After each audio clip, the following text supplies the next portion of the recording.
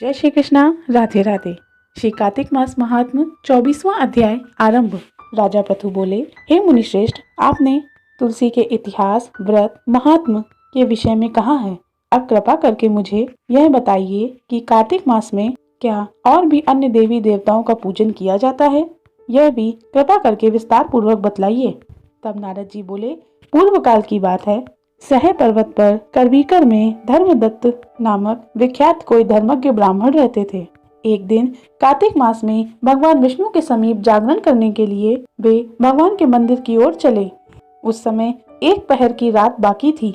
भगवान के पूजन की सामग्री हाथों में लिए मंदिर की ओर जाते हुए ब्राह्मण ने मार्ग में देखा कि एक भयंकर राक्षसी आ रही है। उसका शरीर नग्न और मांस रहित था। उसके बड़े बड़े दांत और लपकती हुई जीभ तथा लाल नेत्र देखकर ब्राह्मण भय से थर्रा उठे। उनका सारा शरीर कांपने लगा। उन्होंने साहस करके पूजा की सामग्री तथा जल से ही उस राक्षसी के ऊपर प्रहार किया। उन्होंने हरि नाम का स्मरण कर तथा तुलसी दल मिश्रित जल से ही उस राक्षसी को मारा था, इसलिए उसका सारा पातक नष्ट हो गया था। अब उसे अपने पूर्व जन्म के कर्मों के द्वारा प्राप्त हुई इस दुर्दशा का स्मरण हो आया था। उसने ब्राह्मण को दंडवत प्रणाम करके इस प्रकार से कहा, हे ब्राह्मण, मैं पूर्व जन्म के कर्मों के फल द्वारा ही इस दशा में पहुंची हूँ। कृपा करके अब आप मुझे बतलाइए कि मुझे उत्तम गति किस प्रकार प्राप्त होगी। धर्मदत्त ने उसे इस प्रकार प्रणाम करते हुए आश्चर्यचकित होकर उससे पूछा, किस कर्म के फल द्वारा तुम इस दशा तक पहुंची हो? तुम कहाँ की रहने वाली हो? तुम्हारा नाम क्या है और आचार व्यवहार कैसा है? ये सारी बातें तुम मुझे बतलाओ। उस राक्षसी का नाम कलहा था। कलहा बोली, हे ब्राह्मण, मेरे पूर्व जन्म की बात है। सौराष्ट्र नगर में भिक्षु नामक एक ब्राह्मण रहते थे। मैं उनकी पत्नी थी।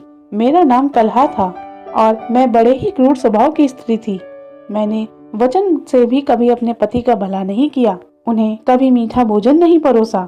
सदा अपने स्वामी को ही मैं धोखा देती रही।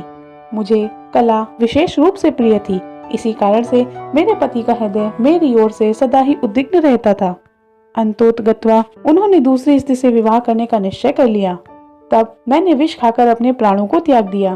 फिर यमराज के दूत आए और मुझे रस्सियों से बांधकर पीटते हुए यमलोक में ले गए।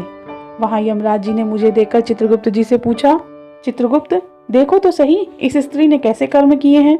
जैसे इसका कर्म हो उसी अनुसार इसे शुभ या अशुभ फल की प्राप्ति करो। चित्रगुप्त ने कहा, इसके द्वारा किया हुआ कोई भी शुभ कर्म नहीं है।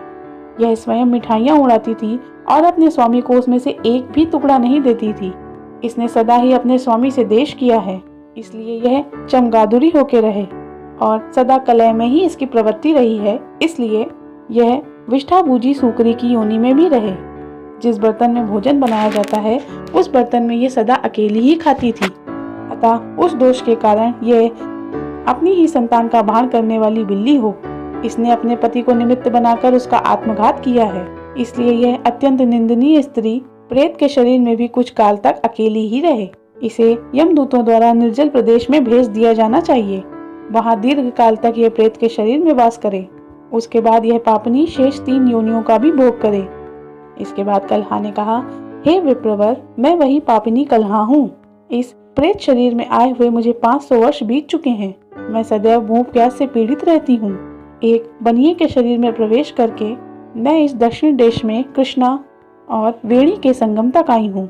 ज्यों ही मैं संगम तट पर पहुंची, त्यों ही भगवान शिव और विष्णु के पार्षदों ने मुझे बनिए के शरीर से निकालकर बलपूर्वक दूर भगा दिया। तब से मैं भूख का कष्ट सहन करती हुई इधर उधर घूम रही हूँ। इतने में ही मेरी दृष्टि आपके ऊपर पड़ी। आपके हाथ से तुलसी दल मिश्रित जल का संसर्ग पाकर मेरे सभी पाप नष्ट हो गए हैं। हे द्विजश्रेष्ठ, अब आप ही कोई उपाय कहिए। मेरे इस भयंकर शरीर तथा इसके बाद आने वाली अन्य 3 योनियों की भयंकर पीड़ा से मुझे कैसे मुक्ति प्राप्त होगी। कलहा के इस प्रकार वचन सुनकर धर्मदत्त उसके पिछले जन्म और इस समय की पीड़ा को देखकर बहुत दुखी हुआ।